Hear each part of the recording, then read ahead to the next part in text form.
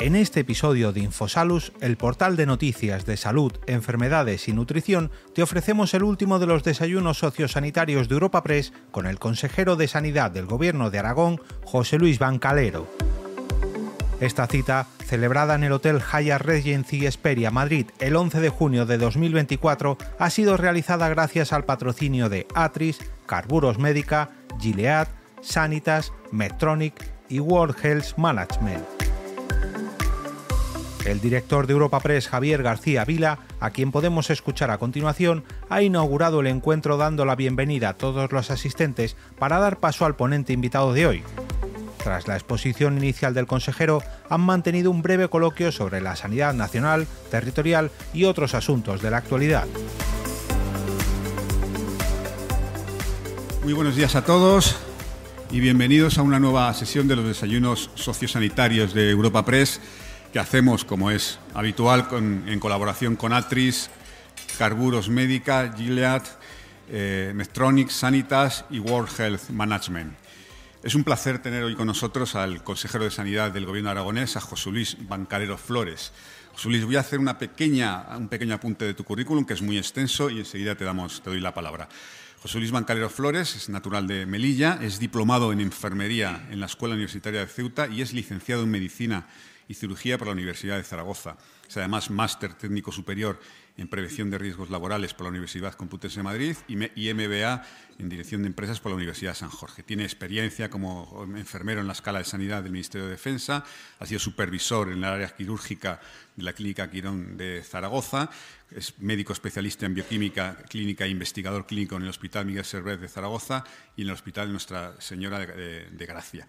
También ha tenido responsabilidad como director de continuidad asistencial del Servicio Aragonés de Salud entre marzo de 2012 y febrero de 2015 y ha sido técnico de apoyo e investigación del Instituto Aragonés de Ciencias de la Salud y tutor de residentes del Sistema Aragonés de Salud, cargo que ocupaba hasta que fue nombrado consejero. Consejero, de Sanidad sabes, y sabes un rato, así que nos vas a ilustrar ahora. Por favor, tuya es la tribuna. Muy bien, buenos días. De Sanidad sí sé, pero creedme que cuando uno llega a este puesto hay que saber de más cosas. Incluso a que no se entere tu mano derecha lo que ha hecho la mano izquierda. Y nunca mejor dicho que no se entere la izquierda, ¿no? Bueno, en primer lugar, muchísimas gracias a Europa Press por invitarme a este desayuno en el que tengo el placer y el honor de representar a la comunidad autónoma de Aragón, que, como habrán notado ustedes por mi acento, no soy original de allí. Pero, bueno, llegué a trabajar, es una comunidad autónoma que acoge muy bien. Vivo ahora en Zaragoza, me acogieron muy bien y pues me casé con una maña, mis hijos son maños, con lo cual llevo ya más años en Aragón que en mi tierra natal, con lo cual ya soy aragonés, no solamente de adopción, sino también de corazón. Incluso soy ya hasta sufridor del Zaragoza. Vamos, que ya sabéis que nos está poniendo un poco difícil. También quiero agradecer el estar aquí representando a la sanidad aragonesa porque me permite el poder haber saludado a colegios profesionales, que agradezco que estén aquí dos presidentas del Colegio de Enfermería y del Colegio de Farmacia, a otros profesionales, sindicatos, empresas, fundaciones, sociedades científicas, partidos políticos, que creo que me han dicho que también había alguno, asociaciones de pacientes, farmacia, bueno, y un largo etcétera de miembros que están aquí y que pertenecen a la sociedad y al ámbito sanitario. Todos ustedes también están implicados en trabajar por mejorar la sanidad de este país.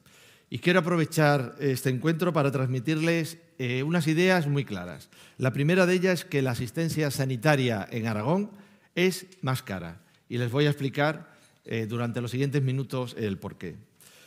Y, por supuesto, si es más cara, Aragón necesita más financiación y más profesionales sanitarios, especialmente más médicos y más enfermería. La falta de profesionales de medicina, que es un problema que afecta a todo el país, es responsabilidad del Ministerio de Sanidad. Y lo digo así y lo repito, la falta de profesionales es responsabilidad del Ministerio de Sanidad, que es quien tiene las competencias y es a lo que se tiene que dedicar. Mientras tanto, las frivolidades que estamos viviendo y escuchando por parte de la ministra de Sanidad, literalmente entiendo, y así lo percibo, que está dinamitando el Sistema Nacional de Salud por varios comentarios que ustedes seguro que están al tanto, como, digamos, los últimos abordajes, entre comillas, totalmente inadecuados hacia el ámbito de la salud mental. Y también en este contexto, que es muy complejo, el Ministerio de Sanidad no está tendiendo puentes, no está ayudando a realizar consensos. Bien, como les he dicho, les voy a ir explicando ahora en los próximos minutos algunas características de lo que sería la sanidad en Aragón. Como pueden ver ustedes, la financiación de los servicios públicos, como es la sanidad, es más compleja cuando se tienen que atender a una población que es dispersa y envejecida como la que tenemos en Aragón. En el caso de Aragón tenemos una extensión de 47.719 kilómetros cuadrados y una población de 1,3 millones de habitantes. Para que se hagan ustedes una idea, nuestra vecina Navarra es la cuarta parte y el País Vasco ocuparía la mitad de la provincia de Teruel. Por su parte, Madrid, donde nos encontramos, sería el 16% del territorio de Aragón, pero, como ustedes saben, tiene 6 veces más población que Aragón. Representamos, por tanto, el 10% del territorio nacional y, sin embargo, no llegamos al 3% de la población. Aragón tiene una densidad de 27,8 habitantes por kilómetro cuadrado, frente a los más de 300 que tiene el País Vasco, por poner un ejemplo, o los casi 900 que tiene la Comunidad Autónoma de Madrid. Como ustedes saben, se considera despoblación cuando existe una densidad de población inferior a 12,5 habitantes por kilómetro cuadrado. Y Teruel tiene 9,08. Para que se hagan ustedes una idea, la densidad de la conocida Laponia es de 8,61 habitantes por kilómetro cuadrado. Es decir, somos la cuarta comunidad en tamaño de España y la 11ª en población. Y tenemos comarcas que rozan la despoblación, al igual que Laponia. El problema añadido es que la distribución de esta población no es homogénea. En Zaragoza capital vivimos más de 700.000 habitantes. Aragón posee 731 municipios y 1.748 núcleos de población. Pero de estos 731 municipios, más de 500 tienen menos de 500 habitantes en esos municipios, en esas poblaciones. Como les he comentado, dispersión y envejecimiento condicionan lo que es la gestión sanitaria en la Comunidad Autónoma de Aragón, que es la que represento. Y esto, insisto, convierte a la sanidad y a la asistencia sanitaria aragonesa en más cara que en el resto de las comunidades autónomas. Tenemos que llevar asistencia hasta el último rincón de la red y, además, tenemos una red de carreteras convencionales que tienen solamente 11.000 kilómetros y, según un estudio de Eurostat, Aragón es una de las regiones europeas con menos carreteras de alta capacidad por kilómetro cuadrado. De hecho, tenemos 18 kilómetros de autovía por cada 1.000 kilómetros cuadrados de superficie. Respecto al envejecimiento, les quería comentar que somos la segunda comunidad autónoma de España con mayor porcentaje de población mayor de 80 años. Tenemos un índice de envejecimiento muy alto. Para que se hagan una idea, hay 100 menores de 16 años por cada 154 mayores de 65 años. Esto supone un alto coste en la asistencia y, por supuesto, en farmacia, que, como ustedes saben, el gasto farmacéutico a partir de los 75 años se duplica prácticamente el gasto en el ámbito de farmacia. Estos son los mimbres de la gestión sanitaria con la que yo a día de hoy estoy involucrado al 100% en la Comunidad Autónoma de Aragón. En un territorio que, como les he dicho antes, me ha acogido y al que considero ya mi tierra, que tiene muchos puntos fuertes y, por supuesto, muchos ámbitos que son maravillas, pero que posee factores que he estimado necesarios exponer para que entiendan cuál es la realidad de los condicionantes que influyen en la gestión sanitaria de Aragón. Y no olviden que todos somos sanidad porque la salud nos atañe a todos y hay que potenciarla y procurarla todos los días del año. Y no es así con el resto de servicios del estado del bienestar del que todos hablamos. El reto es importante, pero he de reconocer también que es un reto ilusionante.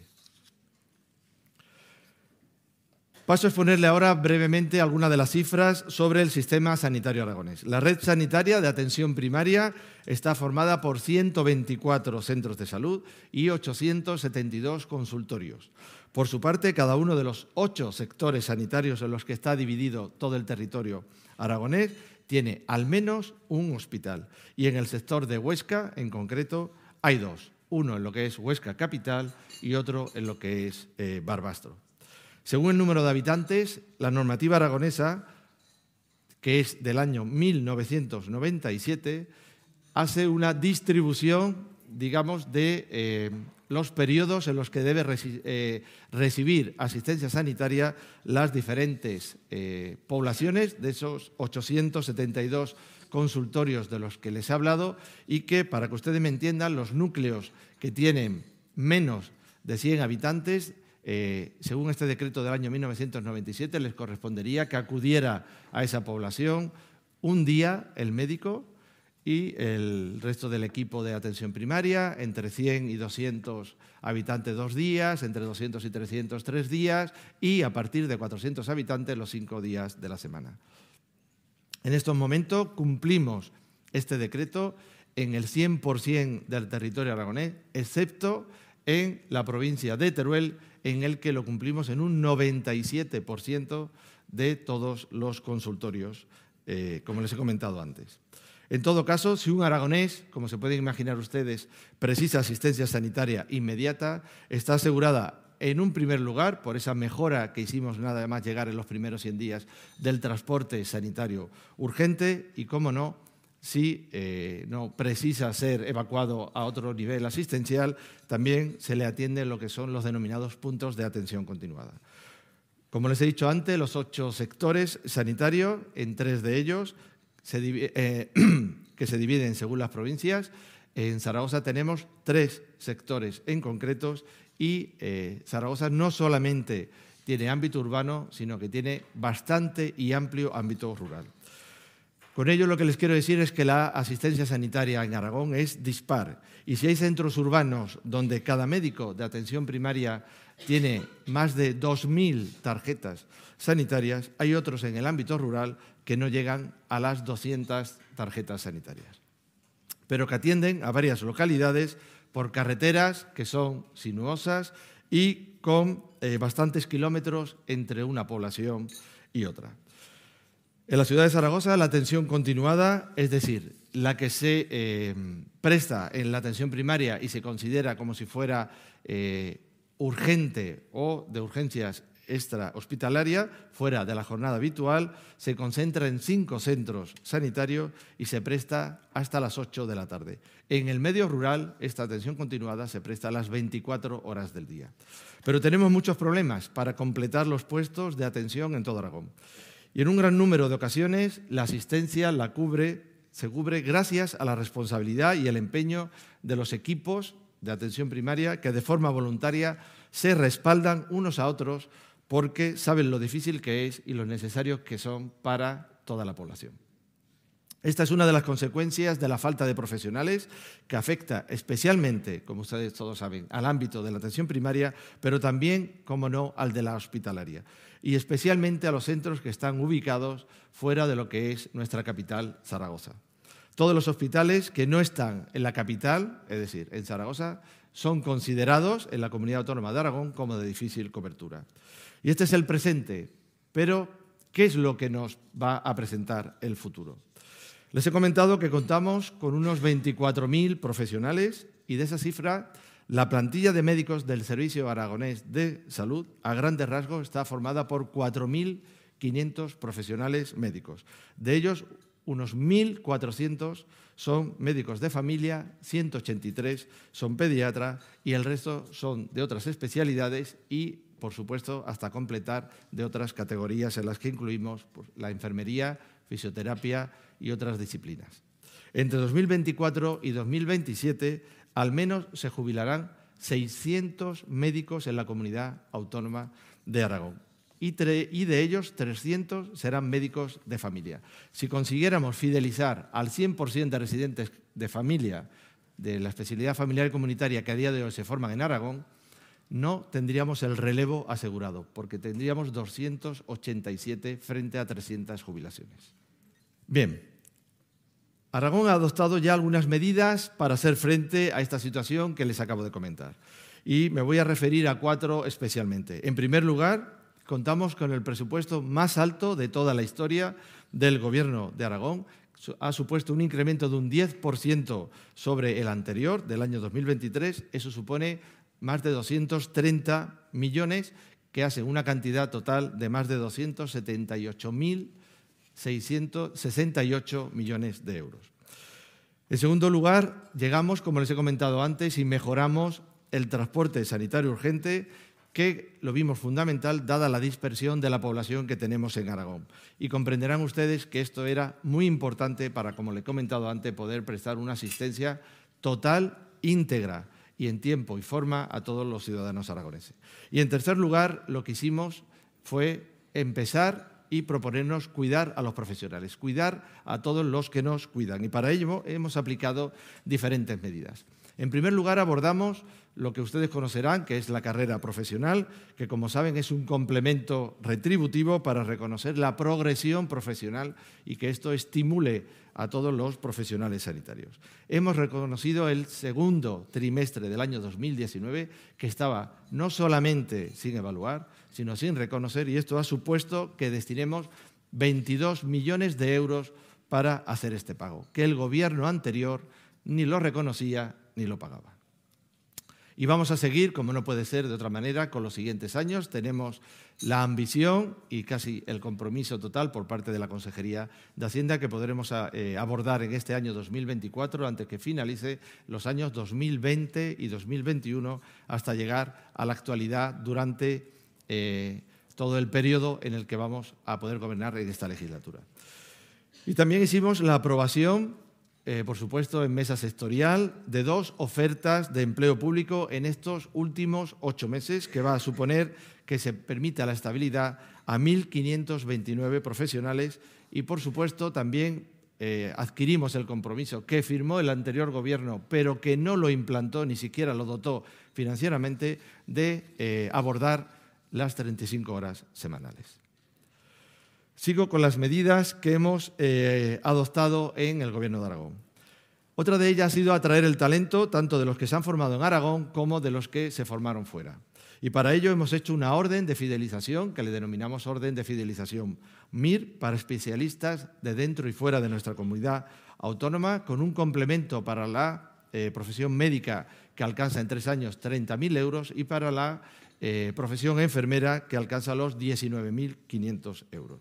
Y otras medidas que también consideramos de gran importancia y que les voy a comentar aquí, como que ofrecemos contratos de hasta 3 años, que ofrecemos contratación combinada para matrimonios y parejas, que ayudamos a la búsqueda de vivienda en ese ámbito rural y de colegios para los hijos de estos profesionales, que permitimos la flexibilidad de la jornada siempre basada en objetivos, que facilitamos estancias periódicas a estos profesionales en hospitales de la ciudad de Zaragoza para que no pierdan esas habilidades y competencias que habían adquirido y también facilitamos en condiciones muy favorables la realización de másteres. Y establecemos también una valoración mejorada de los méritos de estos profesionales, no solamente de los que quieran arrimar el hombro de los residentes durante el verano, sino una vez que hayan terminado la especialidad, que se quieran incorporar a estos sitios de difícil cobertura. Para ello, lo que realizamos es una mejor puntuación dentro del baremo para que tengan mayor facilidad a la hora de acceder a interinidades. Y estamos haciendo nuestro trabajo, pero disponer de más efectivos en Aragón y en el resto de autonomías no depende de las autonomías, sino que es competencia del Ministerio de Sanidad, como les he dicho antes. E insisto, en eso es en lo que se tiene que encargar el Ministerio y la ministra Mónica García. Y no en frivolidades, como les he dicho antes, que lo que hacen es desviar el discurso principal.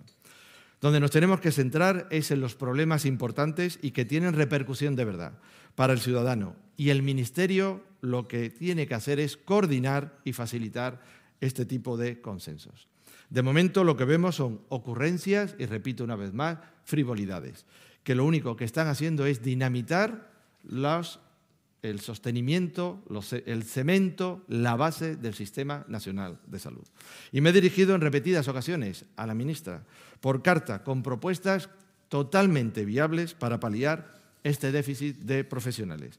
Y en esas peticiones, al igual que yo, otras comunidades autónomas, especialmente las gobernadas por el Partido Popular, le hemos solicitado el incrementar el número de plazas para los graduados en medicina, hablar con el Ministerio de Universidades para que se conozcan las cifras reales de extracomunitarios que tenemos a día de hoy en el territorio nacional, hacer un diagnóstico real de la planificación de profesionales con medidas extraordinarias y transitorias. También les hemos ofrecido nuestra colaboración para agilizar los trámites en la homologación de los profesionales, que convoque mayor número de plazas MIR, que quite la nota de corte en el examen MIR para que no sea un examen excluyente, sino que sirva para ordenar a los profesionales a la hora de elegir esas plazas que a día de hoy son insuficientes para algunas especialidades que ofrece el Sistema Nacional de Salud. Y por último, también le hemos pedido que tiene que potenciar la asignatura de Medicina de Familia y Comunitaria en las universidades. Como ustedes saben, han quedado 246 vacantes de esta especialidad en toda España y en Aragón, como bien saben ustedes, somos más pequeños, 17 plazas han quedado sin cubrir y esto verdaderamente nos preocupa. Por otro lado, soy defensor, como no puede ser de otra manera, por mi origen e inicio en el ámbito de la enfermería como profesional sanitario, que saben ustedes que luego fue cuando hice medicina y me especialicé en bioquímica, pero por supuesto soy un defensor en primer lugar de lo que es la profesión enfermera y, como no puede ser de otra manera, de otros profesionales sanitarios que los vamos a necesitar y que ya estamos trabajando para introducirlos no solamente en número, sino cualitativamente dentro de nuestro sistema, dentro de nuestro Servicio Aragonés de Salud. Además, nos hemos encontrado con una legislación y reglamentación rígida y obsoleta. Hemos de actualizar el mapa sanitario de Aragón, que data de hace más de 40 años. Y tenemos que actualizar la atención continuada, como no puede ser de otra manera, con centros de mayor capacidad de resolución. Además de la labor asistencial, estamos trabajando desde la consejería que dirijo en otros muchos frentes que considero fundamentales para disponer de una sanidad que responda a las necesidades de nuestros ciudadanos. Aragón opta a ser sede de la Agencia Estatal de Salud Pública. Estamos trabajando de lleno en la Dirección General de Salud Pública. Sin salud pública, como ustedes saben, no existe economía, no existe bienestar y, por supuesto, los gobiernos debemos estar preparados para hacer frente a nuevas pandemias y nuevas enfermedades emergentes. Hay que fortalecer, y lo repito, tenemos todas las comunidades autónomas que fortalecer los servicios de salud pública, contar con sistemas de respuesta rápida frente a las crisis y emergencias sanitarias y avanzar en el nuevo enfoque de salud global One Health. Hay una conexión evidente entre la salud de los humanos, de las personas y, por supuesto, de los animales y de la salud del planeta. De hecho, un 60% de las enfermedades infecciosas humanas son de origen animal, al igual que un 75% de agentes patógenos, las enfermedades infecciosas emergentes, también proceden de este ámbito. Nada más llegar al Gobierno, tuvimos que hacer frente a una de esas enfermedades, el protozoo Cryptosporidium, que generó un importante brote de gastroenteritis en el municipio zaragozano de Tarazona por su presencia en el agua de boca. La actuación rápida y coordinada entre diferentes instituciones ante este brote se puede considerar verdaderamente un caso de éxito que ha permitido, además, implantar una mejora tecnológica que ha puesto a Zaragoza, en este momento a Aragón, a la vanguardia de la tecnología para mejorar el agua de consumo humano. Y lo conseguimos a través de un formato en el que una tecnología que no estaba implantada aquí en España y que utiliza rayos ultravioletas. Por otra parte, en esta legislatura, por primera vez, se ha creado una Dirección General de Salud Mental porque, como afirma la Organización Mundial de la Salud, sin salud mental, como no puede ser de otra manera, no hay salud. Además, hemos impulsado desde abril de este año una experiencia piloto en Teruel para una atención integral a las personas con adicciones y que sufren también una patología psiquiátrica asociada, como se trata y como se viene haciendo en otras áreas de España. En el ámbito de la salud mental se han terminado ya las obras para unificar en una única sede las dos unidades de salud mental que existían en el sector de Zaragoza II. Y esto lo hemos conseguido con la colaboración del Ministerio de Defensa, en el Hospital General de la Defensa de Zaragoza, que, si ustedes no lo saben, ya les comento, el 94% de la asistencia de ese hospital militar se realiza a la población, a los ciudadanos aragoneses que pertenecen al Servicio Aragonés de Salud. Por otra parte, por primera vez también contamos con una Dirección General de Cuidados y Humanización que va a impulsar el desarrollo de una estrategia de humanización y de un plan de humanización dentro de la asistencia sanitaria de nuestra comunidad autónoma. Y también va a elaborar una estrategia especial de cuidados para integrar en la gestión y organización de los servicios sanitarios la aplicación de unos cuidados de calidad en todas las fases del ciclo vital, desde la infancia hasta la fase final de nuestra vida. Y una pincelada final para las infraestructuras sanitarias. El presupuesto del Servicio Aragonés de Salud en 2024 alcanza los 100 millones de euros y esto va a permitir poner en servicio en el año 2025 dos nuevos hospitales, como son los de Alcañiz y el de Teruel, y además otras infraestructuras sanitarias, como son otros centros de salud, y, por supuesto, nos va a permitir seguir trabajando en planes para reformar instalaciones que se quedaron obsoletas con el Gobierno anterior, que llevaba 8 años de legislatura. Nos hemos encontrado con equipamientos y edificios muy antiguos y poco operativos y hemos detectado que son precisos de actuar. De hecho, el Partido Popular en Aragón llevábamos en nuestro programa la elaboración de un plan de infraestructuras y de remodelación de los centros de salud. El hospital más grande de Aragón, el Hospital Universitario Miguel Servet, un hospital de tercer nivel, tiene necesidad imperiosa de mejorar lo que sería su bloque materno-infantil. Para que se hagan ustedes una idea, a día de hoy no tiene un quirófano de urgencias pediátrico. Esto supone que si llega una urgencia pediátrica por urgencias, hay que suspender las cirugías programadas.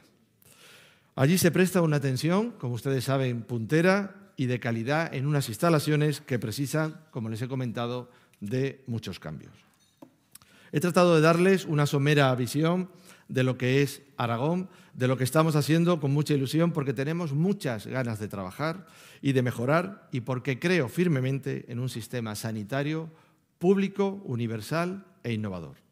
Pero insisto en que necesitamos que el Ministerio coordine de verdad el área que es de su competencia. Como he comentado, necesitamos medidas para paliar el déficit de profesionales sanitarios, porque todos los estudios indican que esta situación va a ir a más y va a ir a peor. Todavía estamos a tiempo de mejorar si se toman medidas extraordinarias y si el Ministerio escucha, aunque sea por una sola vez, que hasta el día de hoy todavía no lo ha hecho, las propuestas que les hacemos desde las diferentes comunidades autónomas. Pero es urgente que actuemos. La inacción, como me escucharán o me habrán escuchado más de una vez, no es una opción a día de hoy. Y para ello les hemos hecho propuestas al Ministerio y le pedimos que se ponga a ello y que no nos distraiga con propuestas efectivistas sin dotación económica ninguna. No vale yo invito y usted paga. Insisto que es preciso avanzar de una vez por todas en la financiación, teniendo en cuenta la situación de determinadas comunidades autónomas, como la que les he puesto que vivimos en Aragón, con problemas de dispersión territorial y un acusado envejecimiento y despoblación. Y hay que reformar un incremento de la cartera de servicios, pero por supuesto que estamos las comunidades autónomas en esta ampliación de la cartera de servicios, tiene que venir acompañado de financiación. Y no es válido escuchar desde el Ministerio que no existen presupuestos para el 2024. Oiga, usted está en Gobierno, usted es parte del Gobierno, el Gobierno debe destinar mayor Producto Interior Bruto a la sanidad. A día de hoy la media europea está en el 9% del Producto Interior Bruto. En España ni siquiera alcanzamos el 7%. Y lo que nos viene este año 2024, sin la elaboración de unos presupuestos, verdaderamente nos tiene preocupado. Por supuesto, la falta de médicos y la adecuada asistencia a los aragoneses nos preocupa y nos ocupa. Al igual que también nos ocupa y nos preocupa lo que he escuchado en el taxi cuando venía, que se ha puesto en marcha esta ley infame que verdaderamente va a romper esa equidad de la cual ha sido bandera siempre la sanidad, porque la sanidad no diferencia de territorios, la sanidad no diferencia de categorías. Muchísimas gracias por su atención y quedo a la disposición de las preguntas que deseen hacerme.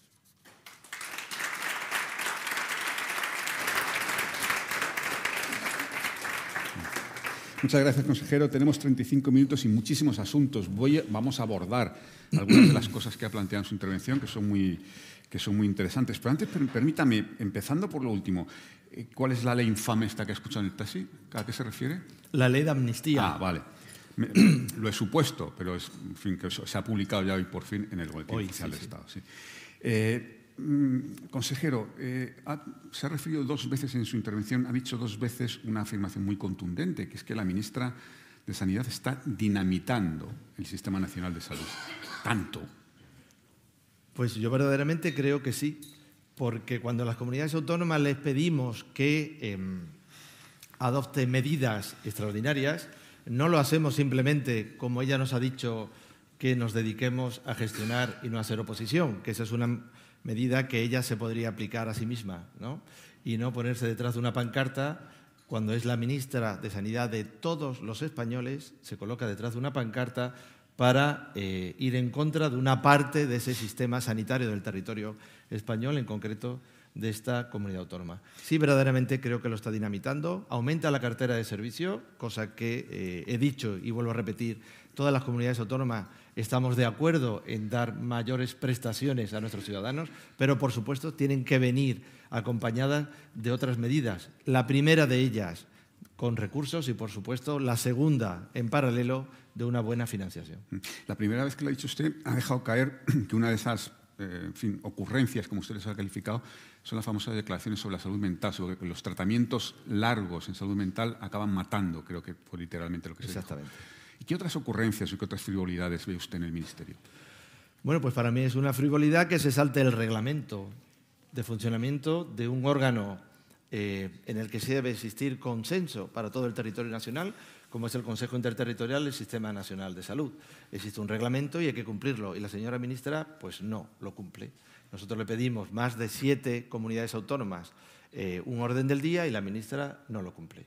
Si bien es verdad que en esta última vez ni siquiera hizo caso del orden del día que había propuesto el Ministerio y, como no puede ser de otra manera, y tengo que decir, gracias a Dios, escuchó las necesidades que teníamos sobre los profesionales acuciantes para abordar la asistencia sanitaria en el periodo estival, este verano que nos viene, pero, sin embargo, seguimos a la espera de ese documento que dijo que iba a enviarnos para respaldar las medidas como las que estamos tomando en Aragón, que entendemos que están dentro de la norma, pero que facilitaría su puesta en marcha mucho más si tuviéramos el refrendo del Ministerio de Sanidad. Ha dicho usted en su intervención que le ha enviado cartas con sugerencias. ¿Le ha contestado alguna vez? Ninguna. Creo que hay convocado otro Consejo Interterritorial este viernes, ¿no? Sí, para este viernes tenemos. ¿Tienen ya orden del día o no? Sí, sí lo tenemos. Hay un punto muy importante que hemos propuesto todas las comunidades autónomas y es la designación de la vicepresidencia, ya que la presidencia que ostenta ella no está, podríamos decir, a la altura de lo que las comunidades autónomas a día de hoy necesitamos, pues hemos propuesto que, como dice el reglamento, tengamos una vicepresidencia, que por supuesto siempre tomará ejercicio de ese puesto cuando no esté la presidenta, como no puede ser de otra manera. Es una propuesta, entiendo, de las comunidades del PP. Sí. ¿Y quién sería ese vicepresidente o vicepresidenta? Bueno, yo pienso que tiene que estar dentro de lo que serían unos criterios de veteranía y ya saben que antes, bueno, lo había comentado que yo procedo del Ejército, con lo cual para mí la veteranía es un grado. Luego la experiencia y, por supuesto, otro podría ser el peso específico que pueda tener poblacionalmente o por determinadas características algún territorio dentro del ámbito nacional. Pero, consejero, seguro que ustedes saben ya a quién van a proponer, díganoslo. Yo tengo un favorito, pero no puedo adelantarlo quién va a salir o quién no va a salir. Bueno, ¿y creen que el Ministerio va a aceptar ese? Y he dicho favorito. Sí, ya nos hemos dado cuenta, sí. ¿Creen que el Ministerio va a aceptar esa propuesta? Estoy seguro que la aceptará. Sí. Segurísimo, no puede decir que no. Al hilo de esto quiero plantear una pregunta de uno de los asistentes porque me parece muy interesante. La plantea José María López Alemani, que es director de Diario Farma, y dice que si considera que el Consejo Interterritorial tiene que ser un órgano ejecutivo que pueda tomar decisiones con votación y que en algunas cuestiones obligue a las comunidades autónomas. Es verdad que todos tenemos un poco la sensación de que lo que se trata en los consejos pues se queda un poco en el aire, ¿no? A ver, yo creo que son dos vías diferentes, ¿no? El que se voten las cosas en el Consejo Interterritorial es muy importante para que todas las medidas que se vayan a poner en marcha estén consensuadas y, por supuesto, como se ha venido haciendo con el anterior gobierno, se hacía por mayoría, no por consenso, que no es lo mismo. Se hacía por mayoría. Y yo creo que eso es importante. Pero, como no podía ser de otra manera, entiendo que hay que ser cumplidor de la legislación vigente. La legislación vigente dice que quien tiene, digamos, la batuta ejecutiva es el Ministerio de Sanidad. Y nosotros eso es lo que pedimos, que entre lo que es ese poder ejecutivo y ese consenso, el Ministerio tiene que hacer de coordinación y poner en marcha esto. Y sí que soy verdaderamente impulsor de que lo que se apruebe en el Consejo Interterritorial se tiene que llevar a cabo en todo el territorio nacional. No podemos haber ciudadanos de primera o ciudadanos de segunda. Y si el Ministerio detecta que alguna comunidad tiene problemas para implantar alguna de esas medidas que se puedan aplicar a nivel nacional, tiene que estar ojo avisor y apoyar a esa comunidad autónoma como no puede ser de otra manera. Consejero, vamos a tratar algunos de los temas concretos que ha planteado su intervención, pero antes permítame, como reflexión general, claro, la sanidad depende de la financiación. Usted ha dicho que Aragón, por sus propias particularidades, necesita más financiación, pero eso va a depender mucho también de la reforma de la financiación de las comunidades autónomas. Se nos va yendo la legislatura y no parece que haya muchas ganas por abordarlo, ¿no? Pues no, la verdad es que esto, sinceramente, parece que esté en el lado oscuro, ¿no? Como diría lo de la película de Star Wars, en el lado oscuro. Y no entendemos por qué no hay manera de llevarlo a cabo. Sí que es verdad que se están escuchando algunos, digamos, consensos que podíamos poner encima de la mesa, pero no hay a día de hoy dentro de el itinerario de lo que sería el Ministerio de Sanidad el traspasar a lo que sería el Gobierno central, digamos, esas necesidades que son diferentes según los territorios de la financiación sanitaria. Y además, este año 2024 no va a haber presupuestos generales del Estado, no hay ninguna garantía de que los vaya a haber para el 2025. ¿Eso cómo puede afectar a la gestión de la sanidad? Pues mire, puedo poner un caso muy concreto. Se ha aumentado la cartera de salud bucodental, se ha aumentado considerablemente para todas las comunidades autónomas. Se ha aumentado en un ámbito que desde las comunidades autónomas lo veíamos que era muy interesante, que era la salud bucodental a estos pacientes oncológicos con cánceres de cabeza y cuello, y sin embargo la aportación financiera por parte del Ministerio es exactamente la misma que el año 2023. Y la cartera aumenta mucho, porque también hay que cubrir a embarazadas, ámbito pediátrico, infantil, a estos pacientes, como les he dicho, y eso pues que no saque también lo de las lentillas y las gafas, que nos parece fenomenal, pero que si seguimos sin financiación no sé dónde vamos a poder sacar esos recursos que serían necesarios. Consejero, están todas las comunidades quejándose de que este verano van a faltar médicos por el asunto de la gestión del MIR que viene desde la pandemia. ¿Cómo está la situación en Aragón? Bien, la situación en Aragón es preocupante.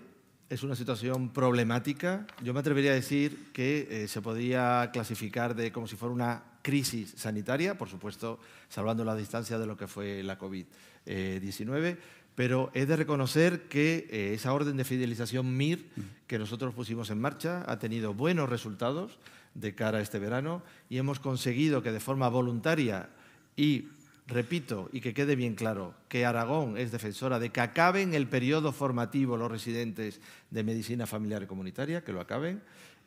Ha dado buenos resultados porque de 87 especialistas que se forman en la disciplina médica de familiar y comunitaria, ya 43 han expresado su voluntariedad de arrimar el hombro y de participar en la cobertura de estos centros de salud, valga la redundancia, de difícil cobertura durante este verano. Con lo cual, bueno, pues es algo menos preocupante. Pero no solamente vamos a tener los problemas en la atención primaria, sino también en los hospitales.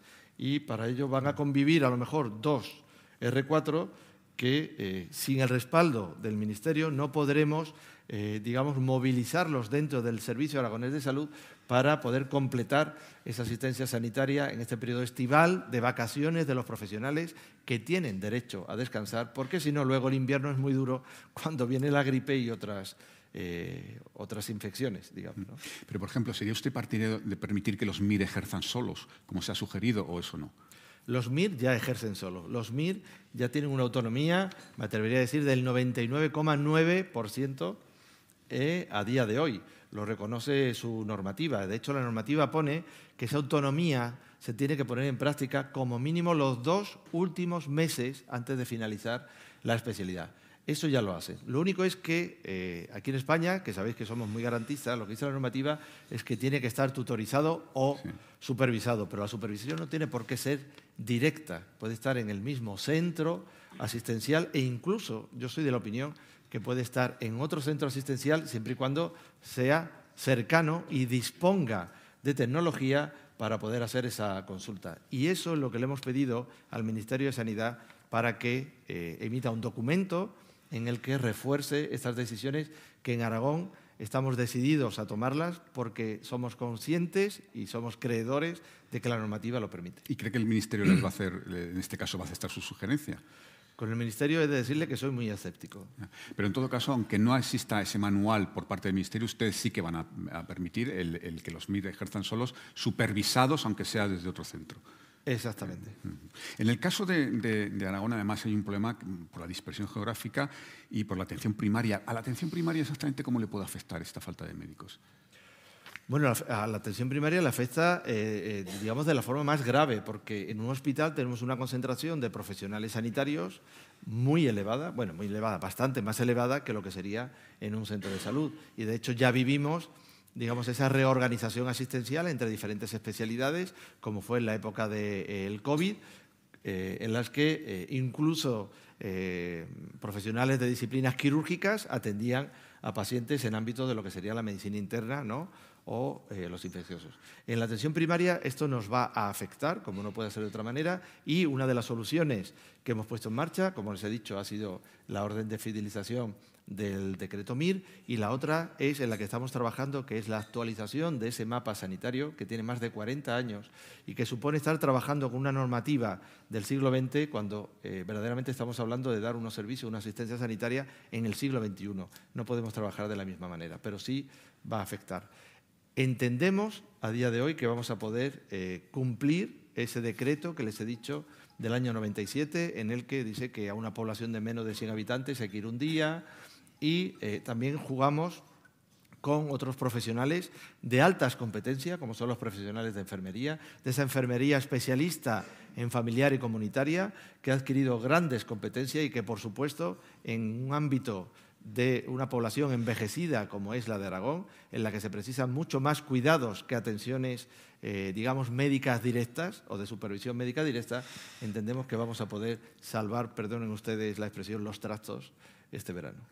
Le pregunta a Montse Aror de UGT Servicios Públicos. Dice que querrían saber qué reorganización va a llevar a cabo en el Servicio Aragonés de Salud con respecto a la atención continuada. Bien, con respecto a la atención continuada, estamos trabajando en un modelo en la ciudad de Zaragoza, en un modelo en el que vamos a digamos, centralizar, para que ustedes me entiendan, la atención continuada en centros de especialidades para que sean más resolutivos. ¿Qué les quiero decir con esto? Para que no solamente esté el equipo atendiendo, es decir, el médico y la enfermera o incluso el personal administrativo en esos centros de salud, sino que si necesitaran realizar una prueba diagnóstica, como pudiera ser una prueba de imagen, o digamos, una prueba de laboratorio, que a día de hoy existe la posibilidad de hacerla en química seca, sea mucho más resolutiva y no haya que estar derivando a centros hospitalarios, con lo cual ese paciente necesita, digamos, una doble atención sanitaria. Esta es la idea que estamos poniendo en marcha en lo que es la ciudad de Zaragoza. Pero nos hemos dado cuenta que ese modelo no se puede transportar o proyectar a las otras dos provincias, como es la de Huesca o como la de Teruel, porque entre ellas incluso tienen modelos diferentes, con lo cual trabajaremos también la atención continuada en cada una de estas dos provincias, Huesca y Teruel, pero de manera diferente. Consejero, y en una comunidad como la suya, tan grande y tan despoblada, ¿cómo se soluciona el problema del transporte sanitario urgente? ¿Está ya resuelto? Bien, como ustedes saben, cuando nosotros llegamos, el gobierno anterior lo que hizo fue reducir el transporte sanitario urgente de 24 horas a 12 horas, especialmente en el ámbito rural, e incluso reducir el tema de las UBIs móviles. Nosotros lo primero que hicimos, que fue un compromiso de gobierno en los primeros 100 días, fue aumentar esa asistencia sanitaria en el ámbito rural, en 23 centros sanitarios, de 12 horas a 24 horas. Y estamos trabajando para poder completar las UBIs móviles, porque los pliegos anteriores no nos permiten ampliar desde esos pliegos, que es una concertación externa, las UBIs móviles con profesionales externos. Los tenemos que, la idea que tenemos es ponerlos del Servicio Aragonés de Salud. Ya lo hemos conseguido en la provincia de Huesca, en Huesca capital, ya lo hemos conseguido con las UBIs móviles y la vía que vamos a llevar es Teruel, Alcañiz e incluso, cuando tengamos bastantes profesionales, Jaca. A día de hoy estamos a la espera de la resolución de esos exámenes de capacitación que se hacen en los servicios del 061 aragonés para ver, una vez que tengamos, qué profesionales nos tienden la mano para trabajar en este ámbito. Consejero, le voy a plantear dos preguntas de asistentes. La primera la formula Pablo González, que es de Viamed Salud. Dice, precisamente por el problema de la dispersión geográfica de la población, ¿tendría sentido una mayor utilización de la sanidad privada para afrontar los retos sanitarios de Aragón? Por supuesto, como no puede ser de otra manera. Y no la descartamos. Lo único es que desde que entramos en este gobierno, yo especialmente como cabeza del Departamento de Sanidad, el primer paso que decidí dar fue ver la capacidad del sistema sanitario público aragonés. Pero, por supuesto, no dudamos de tener, digamos, ese apoyo por parte de la sanidad privada. De hecho, a día de hoy ya se tiene, por ejemplo, en la realización de pruebas complementarias en el ámbito rural. Les puedo hablar de la ciudad de Caspe, en ese centro de salud, que está más, digamos, un poco más alejado, ¿no?, de lo que sería su hospital de referencia. Si en el centro de salud consideran que tienen que hacer una prueba de imagen, va a un centro que es privado y ese centro privado vuelca esa imagen informada y ya tenemos, digamos, el diagnóstico radiológico, para que usted me entienda. Y en eso vamos a seguir trabajando. Vale. Irene Ballesteros, que es del Consejo General de Enfermería, le plantea una doble pregunta. Le quiero formular las dos, que creo que son interesantes. Dice que hablaba usted de escasez de profesionales en el inicio de su intervención y se refiere específicamente a que cuántas enfermeras faltan en Aragón para poder asegurar la calidad asistencial de la población y además se refiere a las condiciones laborales de la profesión de la enfermería. Y dice que sí, la mejora de las condiciones laborales pasaría por reconocer el A1 en enfermería. Empiezo por el último punto.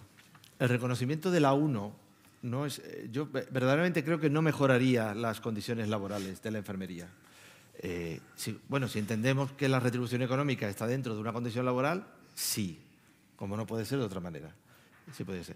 Pero tenemos que entender que hay otros profesionales dentro del sistema que tienen mayor número de créditos y que verdaderamente sí a una categoría como es, o a una profesión como es la enfermería, que tiene los mismos créditos que otros graduados que están dentro de lo que es la función pública con un nivel A1, como no puede ser de otra manera, enfermería debería de tener grado también A1. Pero para eso tendríamos que dar un paso también relevante de reconocimiento de esas otras categorías profesionales que tienen muchos más créditos. Cuando digo muchos más, son muchos más. Estamos hablando que una enfermera graduada son 4 años y que un médico especialista, bueno, voy a decir una enfermera especialista, tendría 6 años y un médico especialista tiene mínimo 10 años, casi el doble, que estuvieran ambos en la misma categoría dentro del ámbito funcionarial, bueno, pues verdaderamente estaría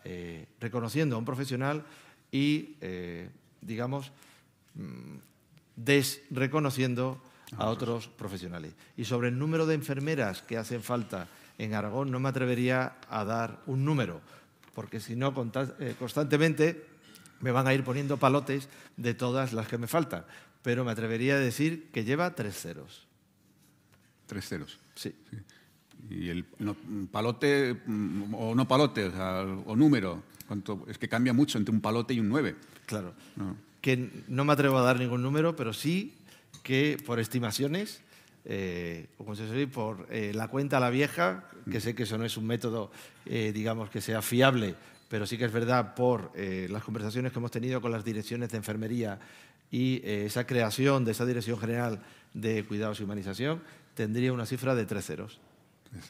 Vale. Por terminar con el asunto de la profesión de la enfermería, que usted conoce también, consejero, ¿tendría sentido, como parte del proceso de mejora de la atención sanitaria, incrementar las competencias de las enfermeras y enfermeros?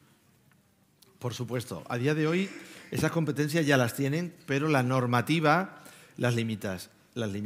Y yo, como les he dicho antes, que soy un defensor de la enfermería, soy defensor también de la indicación enfermera en esos procesos cuyo tratamiento farmacológico está sometido a prescripción médica y que entendemos, o por lo menos yo, habla José Luis Bancalero, perfectamente la enfermería podría y puede y debe también dar el paso, porque hay enfermeras que a lo mejor entienden que no son de sus competencias, pero sin embargo yo entiendo que sí, estar en la supervisión y control de esos tratamientos. Y los podría hacer de forma autónoma una vez que están ya establecidos en esos pacientes que son crónicos y que verdaderamente lo que necesitan es más de cuidados y de supervisión de sus patologías crónicas que de una asistencia médica continuada en un proceso que está cronificado.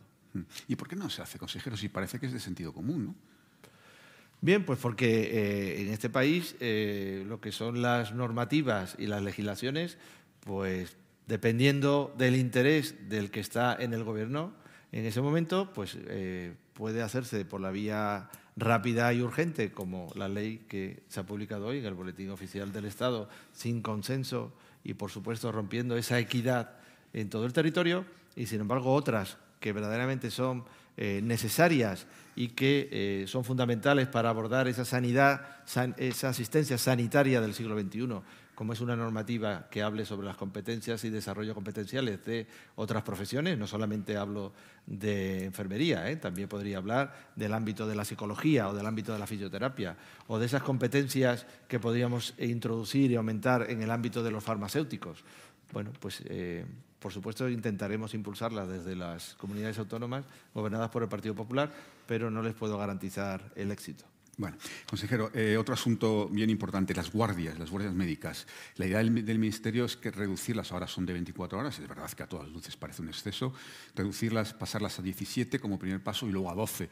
¿Es esto viable? Porque al final es un problema de costes y es un coste que tienen que pagar, que tienen que abonar las comunidades autónomas. Mire, esto es uno de los puntos que me refería yo antes cuando decía que la ministra hace comentarios frívolos. Mire, las guardias de 17 horas ya existen. Ya existe la guardia de 17 horas. Se entra de guardia a las 3 de la tarde, se sale al día siguiente a las 8 de la mañana. Pasarlas a 12 horas supondría un importante incremento en la necesidad de recursos humanos que no tenemos y, por supuesto, luego de financiación.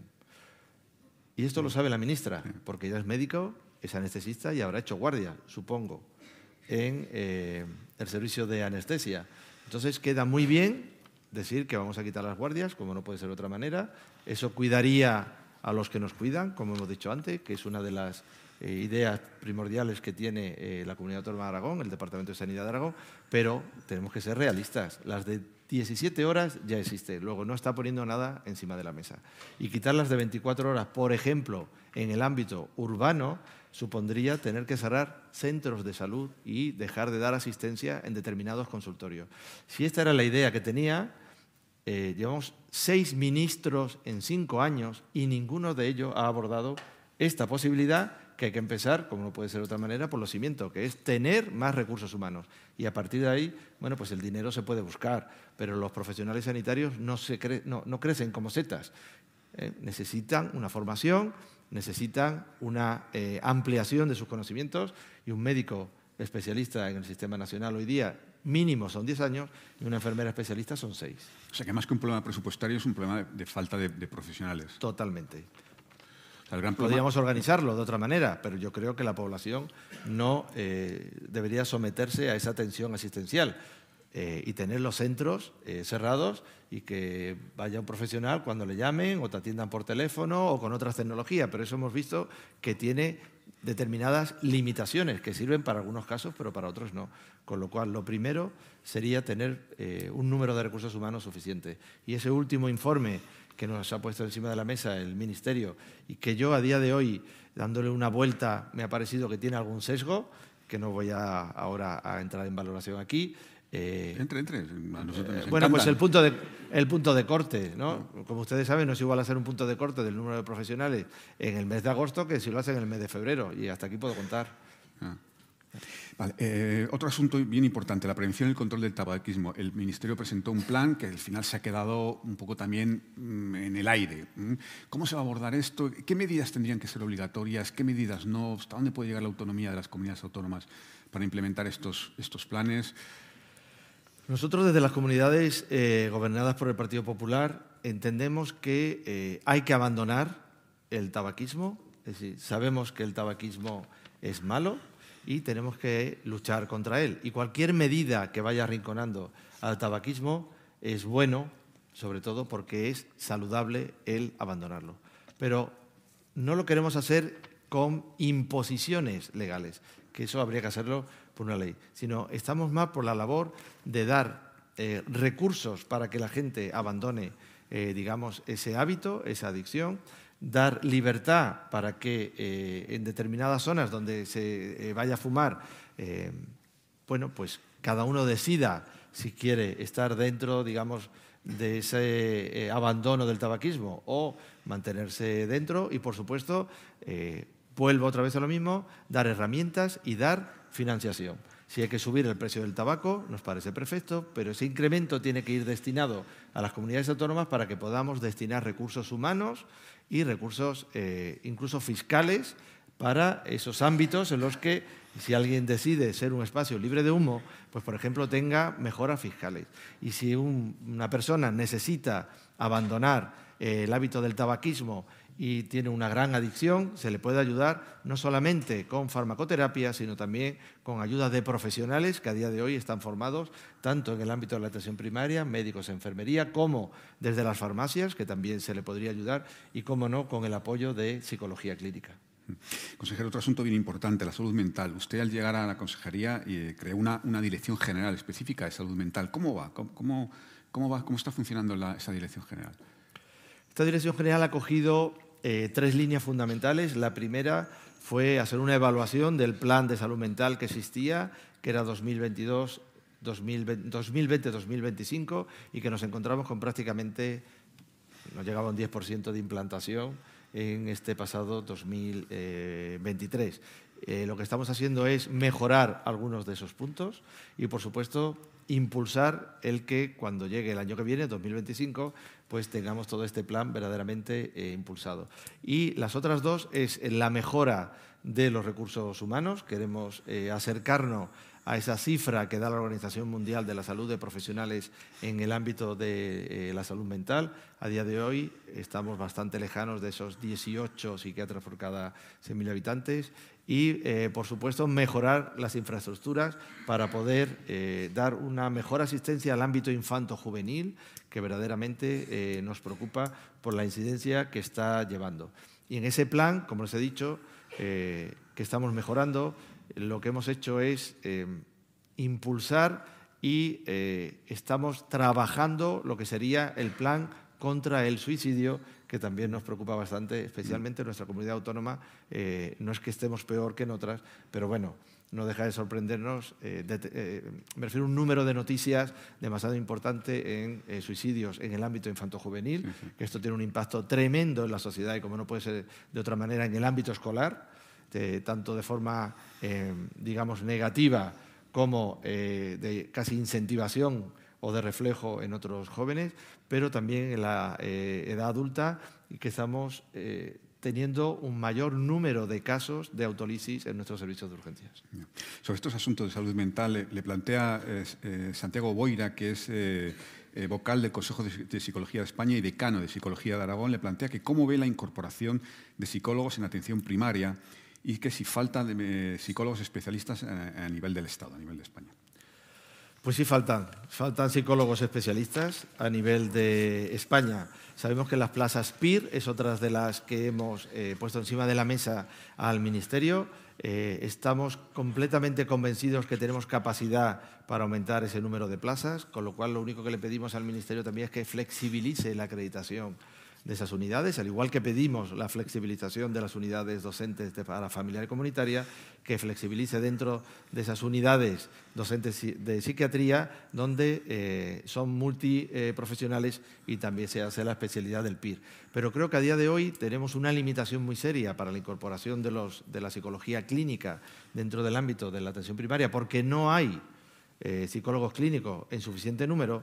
Y sí que al Ministerio se le podía ocurrir esta idea, yo la suelto y que se la apunte ellas, que ponga ya la medalla si quiere, que es de forma excepcional y transitoria poder introducir dentro del sistema a los psicólogos que tengan el máster de psicología clínica sanitaria, de forma excepcional, insisto, y transitoria, porque entiendo que el sistema de excelencia MIR, en este caso PIR, hay que mantenerlo y hay que reforzarlo.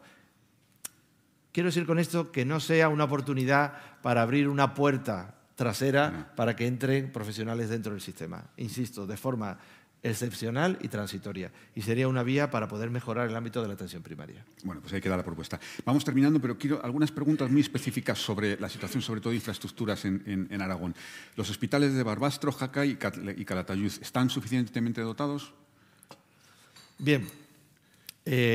No lo están, pero estamos trabajando en ello. En el Hospital de Calatayud hemos impulsado la licitación del proyecto para ampliar las urgencias, así como la construcción de un helipuerto que aumentará las capacidades de ese hospital. Entendemos que estarán esos pliegos posiblemente para febrero del año 2025 y creemos que las obras de la ampliación se podrán empezar en, digamos, el verano del año 2025. Me habla de Barbastro. Bueno, pues en Barbastro hemos destinado casi 1 millón de euros para la colocación de, bueno, para la infraestructura en la que hemos colocado una resonancia magnética para ampliar, digamos, esa capacidad de las pruebas diagnósticas. También se le ha facilitado al ámbito del Hospital de Barbastro 2 conciertos externos, uno de traumatología, porque tenemos escasez también de traumatólogos, en el que tendrá una capacidad de 5.000 consultas y 165 cirugías, y también hemos sacado para casi más de 300 procesos un concierto externo para rehabilitación. Y en el de Jaca, pues estamos trabajando también en mejorar, en primer lugar, la dotación de profesionales en el ámbito de las urgencias, y vamos a construir también una helisuperficie con capacidad de actividad nocturna, porque como saben ustedes, y les invito a que vayan a Jaca y al Pirineo aragonés, que es muy bonito, y que serviría de referencia para la atención urgente de esa zona y, por supuesto, el transporte a otros hospitales de tercer nivel mediante transporte sanitario urgente aéreo. Y vamos a construir una helisuperficie. Consejero, Zaragoza es candidata a ser sede de la Agencia Estatal de Salud Pública. ¿Cuáles son los puntos fuertes? ¿Tiene usted esperanza de que se consiga esta sede? Yo creo que somos los mejor posicionados. Soy muy optimista y Aragón tiene, en especial en Zaragoza, muchos puntos fuertes, muchos.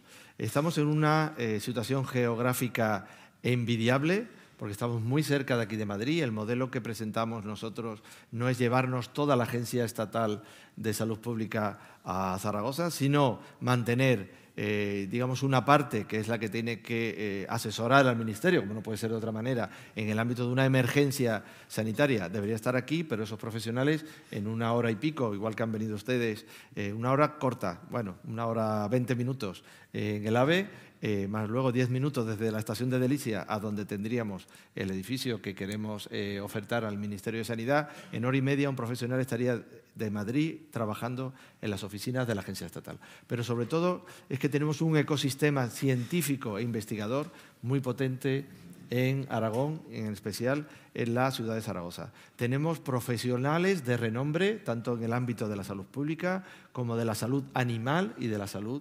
medioambiental. Tenemos verdaderas interconexiones con todo lo que es el tejido empresarial y el tejido universitario. Y, de hecho, lo que hicimos fue crear 2 grupos, un grupo que era institucional, en el que han participado todas las administraciones públicas, en especial el Ayuntamiento de Zaragoza, con todo el Gobierno al 100% de forma transversal, todo el Gobierno de Aragón, amén de otras sociedades científicas, colegios profesionales y otras entidades. Y un grupo, este es el institucional, y un grupo impulsor en el que está todo el tejido universitario, todo el tejido empresarial que tenemos allí en Aragón, con 2 clústeres, uno de sanidad, que es el Aragel, y el otro que, como ustedes habrán visto en las noticias, es un clúster digital que dará una potencia verdaderamente importante a lo que es el territorio aragonés, como saben ustedes, a través de Aragon Web Service. ¿Cuándo se conocerá la decisión? Cuando la publique la ministra en el boletín oficial, lo primero, y podamos poner la candidatura encima de la mesa. No hay plazos, no sabemos. Se lo preguntaré el viernes. Vale. Bueno, consejero, le hemos dado un buen repaso a la situación sanitaria de Aragón y de España, pero permítame, le he notado desde el disgusto esta mañana en el taxi con muchas ganas de hablar de la ley de amnistía. Diga usted lo que quiera, de verdad, no se prive. Bueno, es muy breve. Es una ley que es infame, que pone a los ciudadanos españoles en múltiples categorías, poniendo en la primera categoría a un político que se puede excusar de cumplir la legalidad vigente o de cumplir delitos o que sus delitos sean sancionados simplemente por el hecho de ser políticos. Eso sería impensable que alguien, por ser político, pudiera, digamos, echarle una mano por la puerta de atrás y quitarle esas penas. Y, por supuesto, sería impensable que un médico, por ser médico, si comete un error, no tuviera que pagarlo, o un profesional sanitario. Eso que en el ámbito de sanidad todos lo tenemos y lo asumimos y ponemos esos seguros de responsabilidad, bueno, pues vemos que los políticos se pueden escaquear literalmente del cumplimiento de la ley y eso no es bueno y, por supuesto, no lo es tampoco para la sanidad, que rompe esa equidad. Bueno, pues dicho queda, consejero, un placer tener con nosotros. Muchas gracias. Gracias a todos. Gracias a todos ustedes.